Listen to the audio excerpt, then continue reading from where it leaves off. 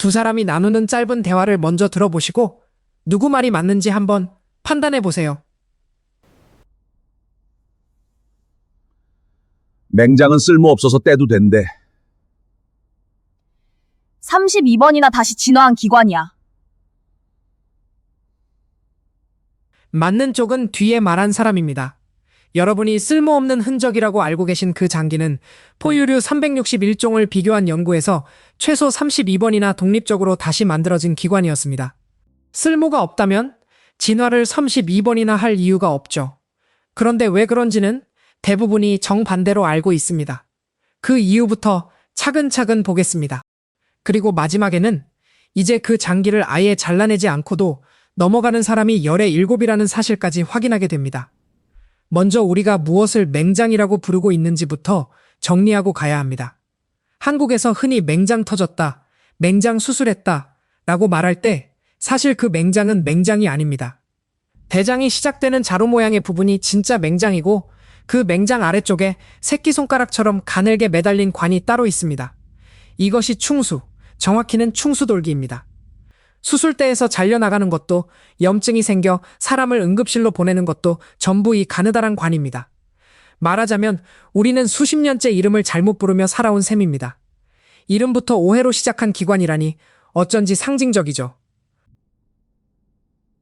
어차피 없어도 되는 거예요. 실제로 수술실에서 이런 말은 아주 흔하게 오갑니다. 충수염이네요. 그리고 그 금방 말은 끝납니다. 오랫동안 틀린 말이 아니었습니다.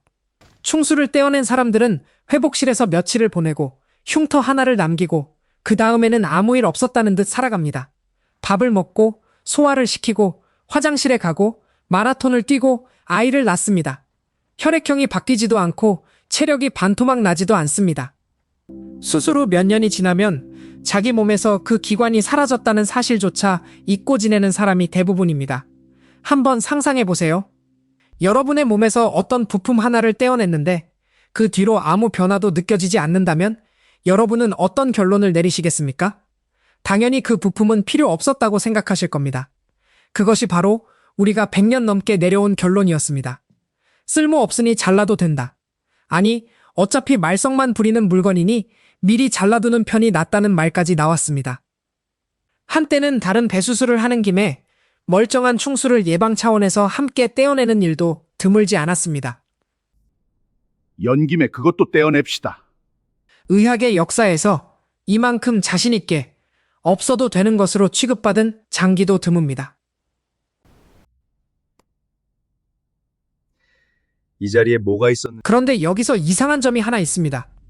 진화라는 것은 지독하게 인색한 회계사입니다. 생물의 몸은 필요 없는 것을 오래 들고 다니지 않습니다. 동굴에 사는 물고기는 눈이 사라지고 땅속에 사는 두더지는 시력을 버리고 날지 않게 된 새는 날개 근육을 줄입니다. 쓰지 않는 기관을 유지하는데도 에너지가 들고 혈액이 가야 하고 면역이 지켜줘야 하기 때문입니다. 특히 충수처럼 좁고 막다른 관은 유지비가 싼 기관도 아닙니다. 내용물이 고이기 쉽고 막히면 염증이 생기고 그 염증이 터지면 사람이 죽습니다. 항생제와 현대 수술이 없던 시절 이 작은 관 하나 때문에 목숨을 잃은 사람은 셀 수 없이 많았습니다. 말하자면 충수는 아무 일도 안 하면서 목숨값만 받아가는 부품이었던 셈입니다. 그렇다면 이런 의문이 생깁니다. 진화가 그렇게 냉정한 계산기라면 왜 인간의 몸은 아무 일도 하지 않는 데다 사람을 죽이기까지 하는 이 관을 여태 달고 있는 걸까요? 수만 년, 수십만 년의 시간이 있었는데도 말입니다. 이 질문에 처음으로 그럴듯한 답을 내놓은 사람이 바로 찰스 다윈입니다. 그리고 우리가 지금 믿고 있는 상식의 출발점도 정확히 그 지점에 있습니다. 다윈은 19세기에 이 문제를 정면으로 다뤘습니다. 그의 답은 이랬습니다. 인간의 먼 조상은 지금보다 훨씬 거친 식물성 먹이를 먹었고 나뭇잎과 섬유질을 오래 발효시켜 소화할 커다란 방이 필요했다는 것입니다. 조상은 나뭇잎을 먹고 살았소. 지금도 초식동물의 몸을 열어보면 그 방이 아주 크게 남아 있습니다. 토끼나 말의 맹장은 몸속에서 존재감을 뽐내는 거대한 발효 탱크입니다. 그런데 인간의 조상이 과일과 부드러운 먹이로 나중에는 고기와 익힌 음식으로 식단을 바꾸면서 그 큰 발효 탱크가 필요 없어졌다는 것이 다윈의 설명이었습니다. 쓸모를 잃은 방은 쪼그라들었고 그 끝에 남은 것이 지금의 가느다란 충수라는 것이죠. 쉽게 말하면 옛날에 쓰던 커다란 창고를 헐고 남은 문설주 하나 같은 것입니다. 그것은 지나간 시대의 논리 자체는 아름다웠습니다. 몸에 남은 쓸모없는 부품이야말로 우리가 다른 동물에서 왔다는 증거라는 주장은 진화론을 설명하는데 이보다 좋을 수 없는 소재였습니다. 그래서 충수는 흔적기관의 대표 선수가 되었습니다. 교과서에 실렸고 시험에 나왔고 수술실의 상식이 되었습니다. 우리가 지금도 맹장은 쓸모없다고 말할 때 우리는 사실 19세기의 결론을 그대로 반복하고 있는 것입니다. 그런데 진짜 흥미로운 부분은 지금부터입니다. 2007년 미국 듀크 대학교의 알랜드 볼린저와 윌리엄 파커 연구팀이 Journal of Theoretical Biology라는 학술지에 정반대의 답을 내놓았습니다. 이들의 주장은 충수가 남은 찌꺼기가 아니라 아주 구체적인 임무를 맡은 시설이라는 것이었습니다. 그 임무는 이렇습니다. 여러분의 대장 안에는 수십조 마리의 세균이 살고 있습니다. 그중 상당수는 소화를 돕고 비타민을 만들고 나쁜 균이 자리를 잡지 못하게 막아주는 유익균입니다. 문제는 이 세균 사회가 놀랄 만큼 취약하다는 데 있습니다. 심한 설사나 콜레라 같은 감염이 한번 지나가면 장 속의 내용물은 통째로 씻겨나갑니다. 말 그대로 홍수입니다. 집도 주민도 한꺼번에 떠내려가는 것이죠. 이 균들 어디로 대피하는 바로 여기서 충수의 구조가 의미를 갖습니다. 충수는 대장의 본류에서 살짝 비켜난 막다른 골목입니다. 물살이 지나가는 큰 길이 아니라 옆으로 난 좁은 방입니다. 홍수가 큰 길을 쓸어갈 때 이 좁은 방에 들어가 있던 주민들은 살아남습니다. 그리고 물이 빠지면 다시 걸어나와 마을을 채웁니다. 연구팀이 붙인 이름이 바로 대피소, 영어로는 세이프 하우스였습니다. 가설로만 그쳤다면 재미있는 상상에 머물렀을 것입니다. 그런데 근거가 있었습니다. 장 안쪽 벽을 들여다보면 세균들이 서로 엉겨붙어 얇은 막을 이루고 사는 구조가 관찰됩니다. 이것을 생물막, 바이오필름이라고 부릅니다. 연구팀이 대장을 따라가며 이 생물막의 농도를 재봤더니 가장 짙은 곳이 어디였을까요? 정확히 충수 내벽이었습니다. 여기가 제일 진합니다. 압도적. 그리고 대장을 따라 직장 쪽으로 내려갈수록 농도는 점점 옅어졌습니다. 세균 입장에서 가장 안전하고 가장 살기 좋은 자리가 충수였다는 뜻입니다. 여기에 하나가 더 붙습니다. 충수벽에는 림프 조직이 빽빽하게 밀집해 있고 그 안에 면역세포가 다수 존재합니다. 단순히 세균이 숨는 구멍이 아니라 면역이 지키고 관리하는 보관소였던 것입니다. 쉽게 말하면 그냥 창고가 아니라 경비원이 상주하는 금고에 가깝습니다. 쓸모없는 부품에 경비를 붙이는 몸은 없습니다. 흔적기관치고는 너무 잘 지어졌어요. 그런데 이 근사한 가설 앞에는 아주 불편한 벽이 하나 서 있었습니다. 대피소가 그렇게 중요한 시설이라면 대피소를 폭파당한 사람들은 어떻게 되어야 할까요? 장이 한번 뒤집힐 때마다 회복이 안 되고 만성설사에 시달리고 소화가 무너져야 앞뒤가 맞습니다. 하지만 현실은 그렇지 않습니다. 충수를 떼어낸 수많은 사람들이 아무렇지 않게 살아갑니다. 이 모순을 풀지 못하는 한 대피소 가설은 그럴듯한 이야기 이상이 되기 어려웠습니다. 우선 이 기관이 정말 쓸모가 있는지부터 따져야 했고 떼어낸 사람이 왜 멀쩡한지는 그 다음 문제였습니다. 그래서 답을 찾으러 간 곳이 사람의 몸속이 아니라 다른 동물들의 몸속이었습니다. 2013년 스미스 연구팀이 컴투 렌두스 팔레볼에 발표한 비교 해부학 연구가 그 열쇠였습니다. 연구팀은 포유류 361종의 소화관 구조를 모아놓고 충수라는 기관이 개통수에 어디에 나타나는지를 하나하나 추적했습니다. 만약 다윈의 설명이 맞다면 결과는 뻔해야 합니다. 초식을 하던 한 조상에게서 큰 발효 탱크가 있었고 그 후손들에게서 그것이 순서대로 쪼그라들며 흔적만 남는 그림이 나와야 합니다. 한번 사라지기 시작한 기관이 다시 살아나는 일은 진화에서 흔치 않으니까요. 결과는 정반대였습니다. 충수는 개통수의 여기저기서 따로따로 튀어나왔습니다. 서로 아무 상관없는 가지에서 서로 다른 시대에 각자 독립적으로 만들어졌습니다. 그 횟수가 최소 32번이었습니다. 32번입니다. 한두 번 우연히 생긴 것이 아니라 진화가 서로 다른 자리에서 같은 설계도를 32번이나 다시 그려냈다는 뜻입니다. 이것이 무엇을 의미하는지 한번 생각해 보세요. 여러분이 사는 도시에서 어떤 건물 양식이 유행 없이 사라졌는데 전혀 교류가 없는 32개의 다른 도시에서 똑같은 구조의 건물이 각자 세워졌다면 여러분은 어떤 결론을 내리시겠습니까? 우연이라고 말하기는 어렵습니다. 그 구조가 실제로 쓸모가 있다고 보는 편이 훨씬 자연스럽습니다. 진화 생물학에서는 이런 현상을 수렴 진화라고 부릅니다. 서로 다른 계통이 같은 문제를 만나면 같은 해법에 도달한다는 것이죠. 물속으로 들어간 돌고래와 물고기가 비슷한 유선형 몸을 갖게 된 것과 같은 원리입니다. 쓸모없는 장식이라면 이런 일은 벌어지지 않습니다. 이건 우연으로 설명이 안 됩니다. 게다가 연구팀은 다윈의 설명을 흔드는 다른 사실도 확인했습니다. 충수를 가진 동물들의 식성을 살펴봤더니 초식과 육식과 잡식이 뒤섞여 있었습니다. 식단이 바뀌어서 쪼그라든 흔적이라는 논리와는 맞지 않는 그림입니다.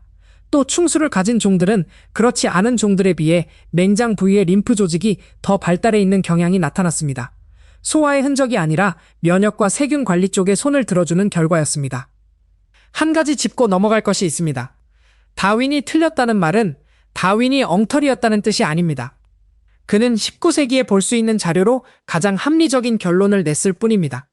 장내 세균이라는 개념 자체가 제대로 알려지기 전이었고 생물학을 들여다볼 도구도 없었습니다. 그가 보지 못한 것은 무능이 아니라 시대의 한계였습니다. 다만 우리는 그 시대의 답을 21세기까지 그대로 들고 온 것이죠. 자, 그럼 다시 처음 질문으로 돌아가 보겠습니다. 충수가 32번이나 다시 만들어질 만큼 쓸모있는 기관이라면 대체 무엇을 잃은 걸까요? 이 질문에 답하려면 필요하다는 말을 두 가지로 나눠야 합니다. 없으면 죽는 것과 있으면 유리한 것은 전혀 다른 이야기입니다. 심장은 앞쪽입니다. 없으면 몇 분 안에 끝납니다. 충수는 뒤쪽입니다. 없어도 살아가는데 지장이 없지만 있으면 어떤 상황에서 확실히 유리해지는 예비 창고에 가깝습니다.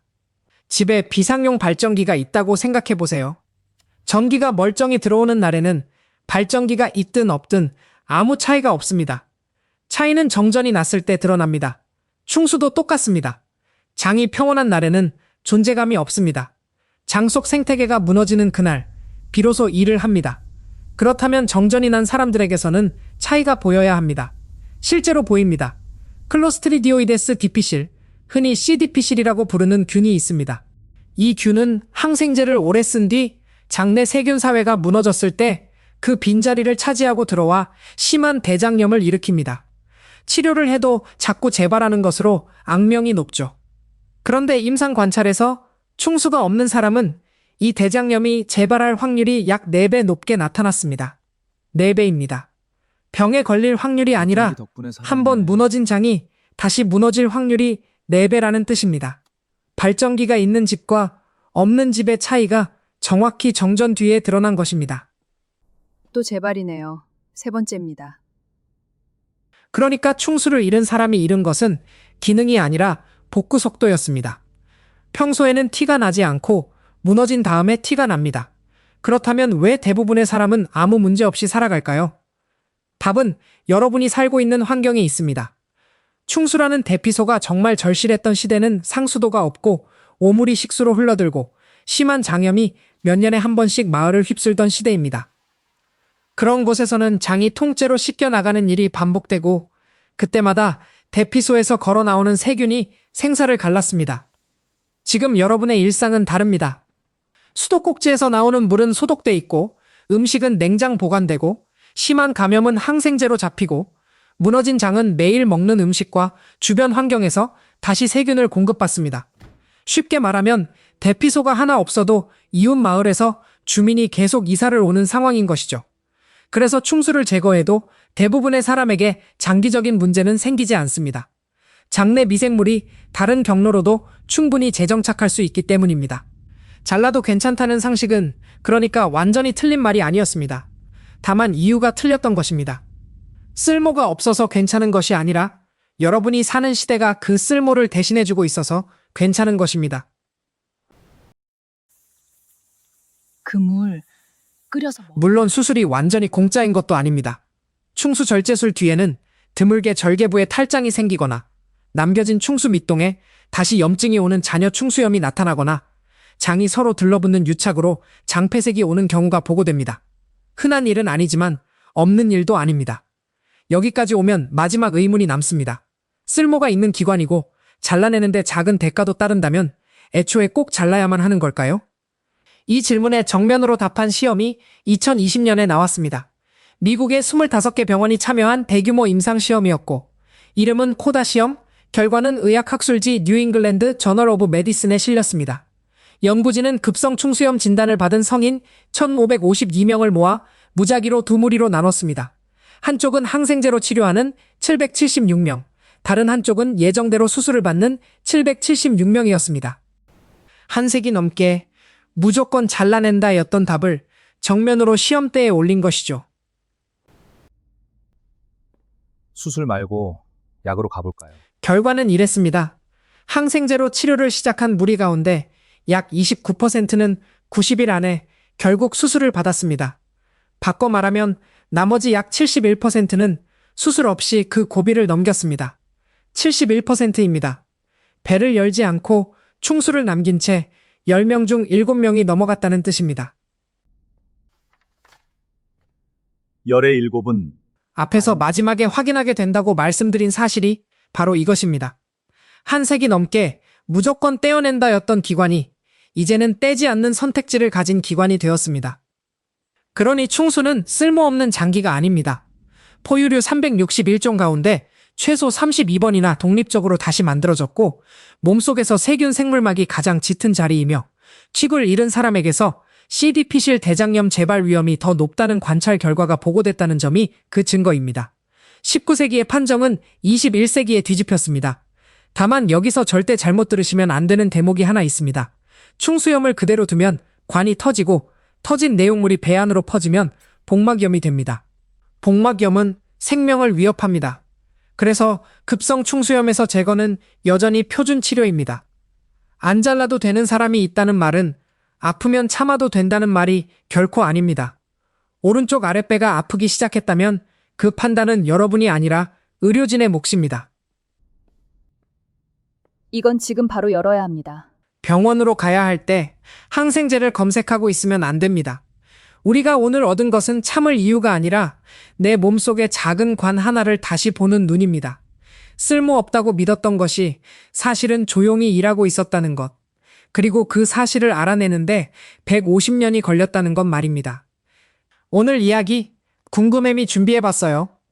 여러분의 뱃속에서 조용히 일하고 있는 다른 기관, 예를 들어 편도나 비장 같은 곳의 숨은 임무가 궁금하시다면 댓글에서 같이 얘기해요.